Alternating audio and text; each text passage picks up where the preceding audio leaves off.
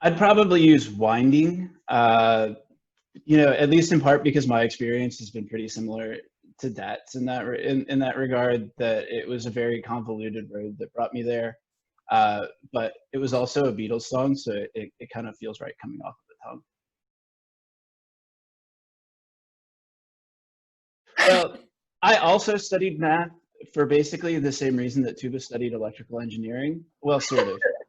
I really liked math, and I thought it would be so general that I could do pretty much anything if I knew math. That wasn't as true as I thought it was. It did take me a few months after graduating to be able to find a job with a degree in math. But I ended up working as a systems engineer with a company that makes missiles in the U.S. And so, what I was doing a lot of work with software in the loop simulation and trying to make sure that the radar systems that were associated with it would function properly if you took them and put them on a very, very slow but very robust communication system. I did not have any great love for working in the defense industry. So after around 2 years there, well, I decided that I was going to go get my PhD about a year and a half in. And so I ended up leaving, and I was living in Massachusetts at the time. And so like at basically the 2-year mark to the day, I packed my car full of all of my things and drove all the way across the US to California and went to grad school out there. My focus there was cognitive science. So specifically, I was super interested in understanding like what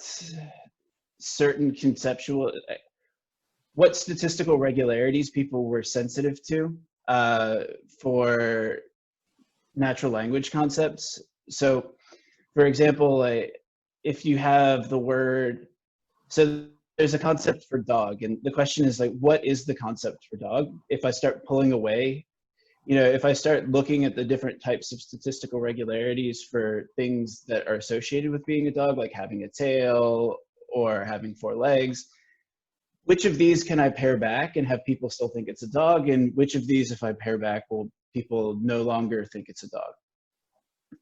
And so I was interested in trying to find patterns in that. And so that actually leads to really naturally to a lot of feature importance and feature selection problems, because you could imagine that there's this gigantic list of things that could be associated with that concept, but only a small number of them actually get associated with it. So first, you need to be able to do, you can't really it doesn't always work so well to ask people.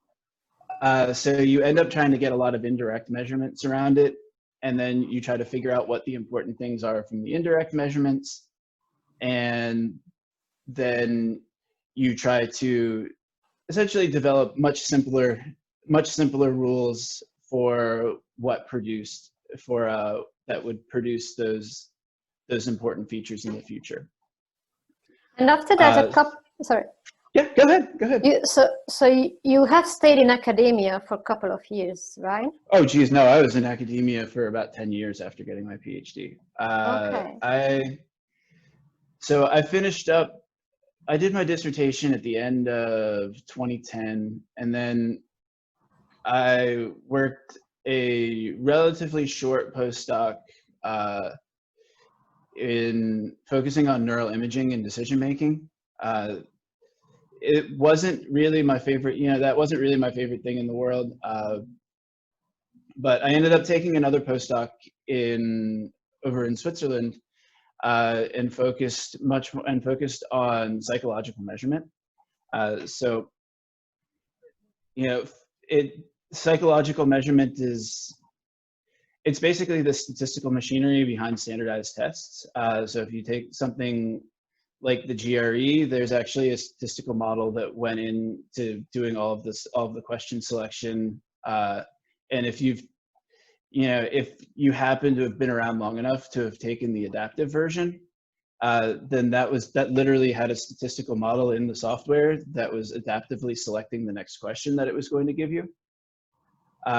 So I did a postdoc in psychometrics for about 4 years, in part because I was just really enjoying it, and in part because there was a hiring freeze. Essentially, I happened to graduate around the time the economy went completely to crap. So there weren't really a whole ton of jobs right away anyway, even if I wanted one. But I eventually ended up getting an assistant professorship and coming back to the US. And I think I finally left, I guess I was only in for about 8 years.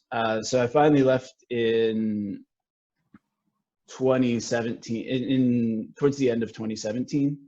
And honestly, I started getting tired of doing research. The best way for me to describe it was that with every year that I did it, it seemed to be less important. It started feeling to me like research moved with its own momentum. Research kind of influence on it. It feels like you have very little. It feels like you have very little influence on it, right? After a while, yeah. it's stagnant. That's how it just kind of does what it's going to do. People have decided what's interesting. You're going to do those things, or you probably won't survive. And what is interesting to research, in my experience, is not at all related to what would be useful to have researched. So I became. But you still wanted to stay as a scientist. Yeah, and I would say that to this day I still do a pretty reasonable amount of research, but it's more. I think I like the process of doing it, and I've always been drawn to things that I like the actual process of doing.